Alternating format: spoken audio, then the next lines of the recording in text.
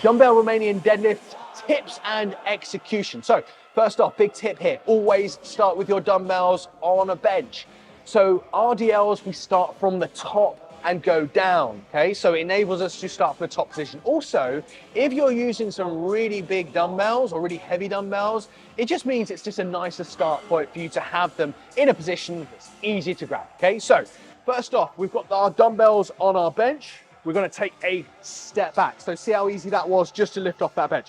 From there, nice and soft on your knees. And all we're doing is we're thinking of pushing our hips back. I like to think about it as though we're closing the door behind us with our butt, okay? So from there, we're initiating that hips back, close the door behind our butt. And as you can see, these dumbbells are staying super close to my knees and then drive through. So I'm trying to get as much range of motion as I can. I'll feel a deep stretch in my hamstrings. If we get to the point at the bottom where we're rounding our back, then we've gone too far. So as deep as you can handle without that back losing its integrity.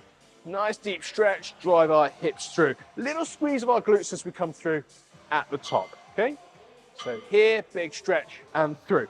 I also don't mind if you've got a little bit of kind of back pain. I don't mind if you go slightly softer on your knees and really sit your hips back. So almost more of a bend in your knees and really sitting your hips back.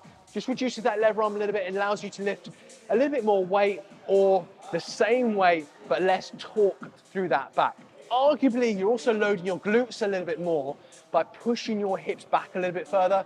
Whatever joints we're taking through the greatest range of motion is the muscles that we're working the most. We're stretching those muscles the most. So arguably, if we enable ourselves to push our hips back a little bit more by bending our knees more, then we are getting a little bit more flexion in those hips and working our glutes a little bit harder. Downside to that is that we're not working our hamstrings so much, but you've got an option there to play about with. There is your dumbbell Romanian deadlift technique.